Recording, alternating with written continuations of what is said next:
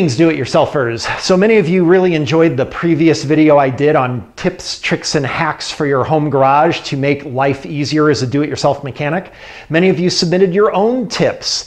And what we're going to do in this video is show you some more little tricks that I've got up my sleeve and some that you guys have submitted. So let's take a look. All right, we're going to start off with the very best one, my favorite hack that I learned actually from you guys. So in the previous video, I showed many ways of how to hold a bolt into a socket so that if you're getting into a hard to reach place, the bolt will stay with the socket. Many of you guys had suggestions too, everything from using rubber bands to a dab of grease. Not sure I like grease, I don't like getting dirty. But the best trick by far is so simple it'll make you cry. I'm just gonna grab a little piece of paper towel. Any piece of paper will work. Simply put it over the head of the bolt and fit your socket on. And it is that simple. And every single time that I've done this trick, the paper has always stuck in the socket so that it's ready for the next one and doesn't stay in the engine. Several people submitted that tip, but Bullet Garage was the first one to do it. And as soon as I tried it, that became my method. I have used that trick dozens of times since the release of the first video. Bullet, thank you so much for sharing that. That tip alone made it worth making this channel. But let's take a look at some more. A number of people referred me to an awesome trick from Brian's Mobile One channel on an easy way to remove the hose clamps.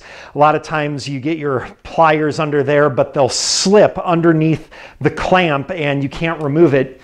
Very simply, just take a grinding wheel and grind grooves into the pliers, and then those grooves will lock onto the tabs on the clamp so that they'll never slip off, easy to remove. And then to remove the hose without tearing into it, I put hockey tape around the grooves on my pliers so that it doesn't dig too much into the hose. The hockey tape is very grippy and allows you to remove the hose without damaging it.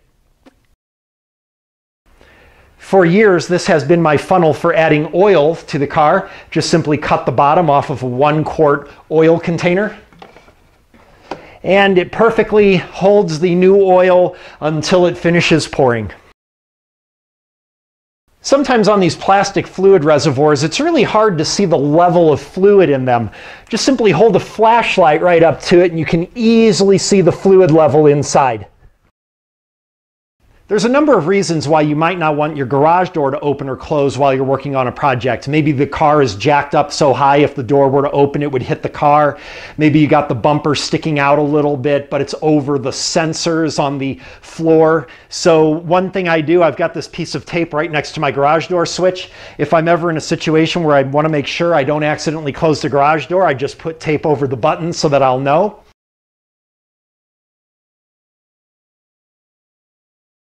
If the garage door is already open and you definitely do not want it to close for whatever reason, throw a towel over the sensor so that the garage door can't close. And even if you have impeccable memory and you know you're not going to open or close your garage door and damage your car, that doesn't guarantee that somebody else with a remote control to your garage knows that you're working. So you can just simply disconnect the release lever to make sure that nothing happens that'll damage your car as a result of the garage door opening or closing. On all of my grease containers, I put a hole in the lid so I can keep a brush in there.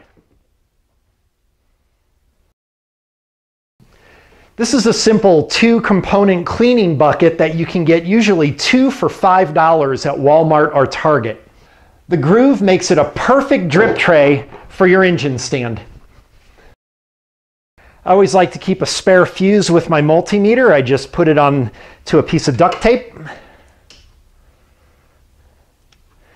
And I always have a fuse with me. You can also store it inside the multimeter too. Just make sure that you don't make any unintended electrical connections on the circuit board. A plate of glass is a perfect tester to see if your push rods are straight. It also works really good to test if your valve stems are straight. Here's a handy little gizmo you can make out of any old baking pan or anything like that. I actually bought this for $1 at Harbor Freight. Simply sort out which screws you need And then you can easily pour them right back into the container. Anytime I do an oil change, I always catch some of the oil and put it into a pickle jar lid with a white background, shine a light on it, and if there's any metal particles or bearing particles or coolant in there, it will stand out very well on this white background. This oil looks really good. Better yet, use a pickle jar lid from Vlasic Pickles and you'll get this cool checkered racing background for added dramatic effect. You can never have enough of these bungee cords for bundling up and pulling any wiring harnesses or hosing or anything out of your way and holding it there. This is a piece of thick rubber that I bolted to this 2x4 in my garage. It's there so when I open my car door, I don't accidentally open the door into the corner of the 2x4 and damage my precious baby. A silverware tray can make a great organizer for your tool chest. And finally, here's a pretty cool electrical repair trick from viewer D. Nelson to greatly improve the water resistance on your heat shrink tubing. And if this were a wiring repair, what he says is to just put a little dielectric grease around the repair area. And then when you cover it with your heat shrink, when you heat it up, you'll notice the dielectric grease is getting squeezed out from the ends of the heat shrink tubing.